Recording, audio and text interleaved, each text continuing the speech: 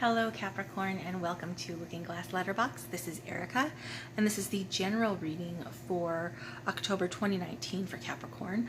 Again, it is a general reading, so it may not connect for all of you, but hopefully there's something here that's interesting or thoughtful or entertaining that you can take with you to think about or consider throughout October.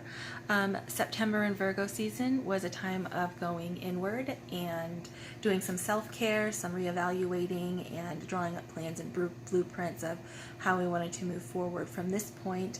Going into Libra season, it's about going public again and coming back out and reconnecting and reinvesting and implementing those plans. Also readjusting things and moving things around to instill a sense of harmony and balance as well in Libra season. So for October, going into October, some of you, okay, you have strength. All right, so some of you have been employing some endurance. You've just gone through some stuff for Capricorn. So especially coming out of July, which was a very difficult season. A lot of doors closed, a lot of relationships or connections that used to be available to us just suddenly were no longer available to us anymore, whether that was for good or bad. That's just the way it was. And then having to reimagine what we were going to invest ourselves in going forward, and then realign and see how we need to take care of ourselves in September, and taking decision on now deciding what the direction our courses or our life was going to take from this point forward. That can be difficult, especially with just all of the regular stuff that time and circumstance serves up for you to deal with. So some of you have been employing and exerting some strength in order to work with things and meet obstacles and convince opposition to be a support, as opposed to standing in front of you, standing beside you, and giving you support. So well done there. Coming active in October is the Eight of Swords. Okay, so time of suspension. Okay, you may have come to a point after exerting all of this strength or having to endure and just get through and work with all of this stuff that you've been dealing with. You've come to a point where you can stand still a moment and you're not quite sure where to go from there, not quite ready to look at the options or the circumstances that you have to deal with in order to do that. But again, it is at the point of the Eight, so you are still exhibiting strength in that moment to get through it.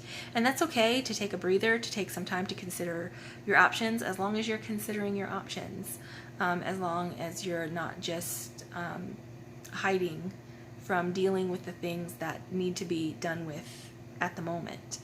And sometimes you just need a rest. But after you take that rest, remember to re-engage and to then, look at the stuff that you need to deal with. Swords are our thoughts and our perceptions and our perspectives and our intellectual self. So it's what's going on in your head that is the stuff that needs to be dealt with. So releasing limiting thought, embracing new ideas, releasing, a prohibitive or limiting image of yourself and what you're capable of, letting go of that stuff so that you can then move forward confidently. All right, and then coming to the end of the month, we're at the Mother of Swords. Okay, so you're going to do that for those of you who this is connecting with. And you're going to come to a point of independent thought and decisive action, clarity, a real strong, clear decision about what you're going to do next. So don't worry too much about taking a bit of time in October to rest and to consider things from a different perspective. This card in particular has a little bit of the Hanged Man vibe about it, to where you're just, those swords aren't threatening. They're just, around. The butterfly can fly away at any moment that it wants to, that it's perched there. But sort of reevaluating the lay of the land, getting a bird's eye view, and, flipping things upside down to see them from a new perspective. And that then will in turn help you to come to this decisive point, and this bold, clear decision that because the Queen of Swords, she's very intelligent, she's very perceptive. So while you're chilling out here with the Eight of Swords, you're going to gain some clarity that's going to bring you and flip you right back side up, and you're going to know exactly what you're going to do next. All right, this is a situation that some of you may be dealing with in October. Okay, so achievement, fruition, wealth, abundance. So your sense of autonomy, your sense of accomplishment, your sense of what you are capable of. She's in the garden alone, a garden that she created. She manifested that, and she's, enjoying what it is that she's done, and she's okay standing on her own. All right, so independent achievement and the fruition and the payoff of the effort that you've invested. This is a problem that may exist within that situation. Connection. Okay, so you may feel a little bit lonely there all by yourself. You may be looking for companionship, friendship, romance, partnership if this is in business, a partner to help to further along the business and bring it to the next level of existence, or you've been single for a while and you're ready to partner, to start looking around and seeing who you might be interested in connecting with, or it may just be union within yourself. Some of these swords that you have to look at and deal with the Eight of Swords, it may have to do with self-acceptance and self-realization as well. So coming into union within yourself and your capability and your emotional alignment with self. Okay, but a reciprocated effort. You want to connect. You want to connect with something that is also offering you what you are willing to offer in return. All right, and this may help you in that arena. Okay, and that is the Five of Cups. So whatever losses that you may be clinging to, whatever states of grief or depression or loneliness or disconnection that you may be feeling at the time, that is something within the Eight of Swords that you need to, some of you may need to look at so that you can finally release the grief, turn around, look at the two cups that are remaining. Because, there's three that were lost here, and there's two here, and there's two here. So in order to achieve this connection and be open to be giving and receptive to this kind of connection, you have to release the grief over what it is that the losses that you've sustained in the past. Okay? And this is your animal spirit card for the month. And that is the hawk. So again, with the keen perception, the hawk is on the lookout, getting a bird's eye view of the big picture of what is going on around you. All right? This Eight of Swords, the butterfly is looking down from above. The Mother of Swords, she's looking out from a perch, high up on a perch. So nobody who's connecting with this is thinking small potatoes.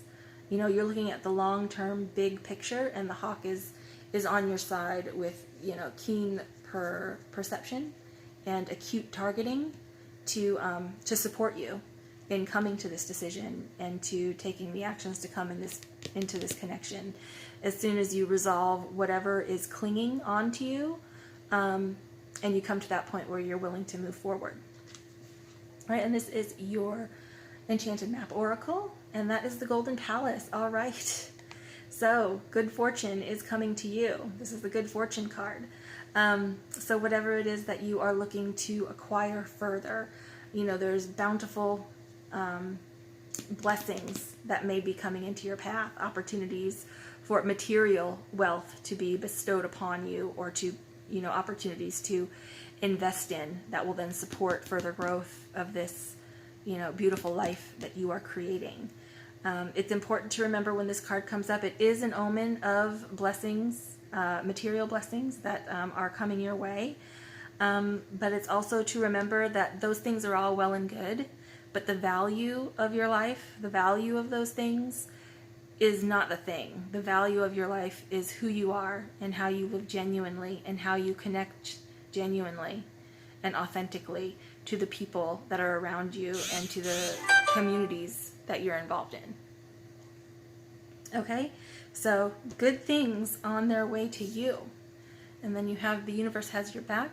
The moment I realign with love, clear direction is presented to me.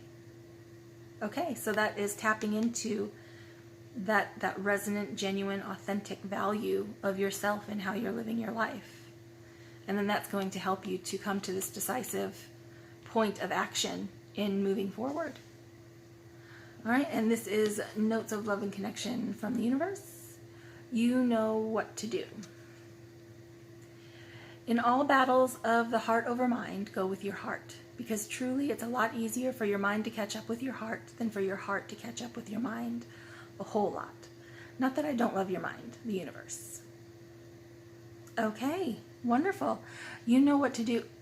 All right, and that's calling back to whatever this, because cups are our emotions and our relationships, whatever these losses are that you've sustained, or that you may still be carrying with you from, I mean, it could be a week ago, it could be years ago, but whatever emotional loss still prevents you from embracing, you know, the wealth and abundance that you are completely capable of achieving and acquiring and experiencing, and the connection that you are capable of aligning with and connecting to, and all of those things. That's all regarding your heart. So intellectually, you see what you want to do. You're looking out for how to proceed. You know, your thought and your vision of what to do next is very clear. The ignition point of when all of that is going to start really amplifying up and being a little bit more effective for you is going to be when you release those, whatever that grief is, whatever that loss is, whatever's still hanging on from what you missed from before. You know, you may always miss it. You may always be disappointed that you couldn't bring it forward with you.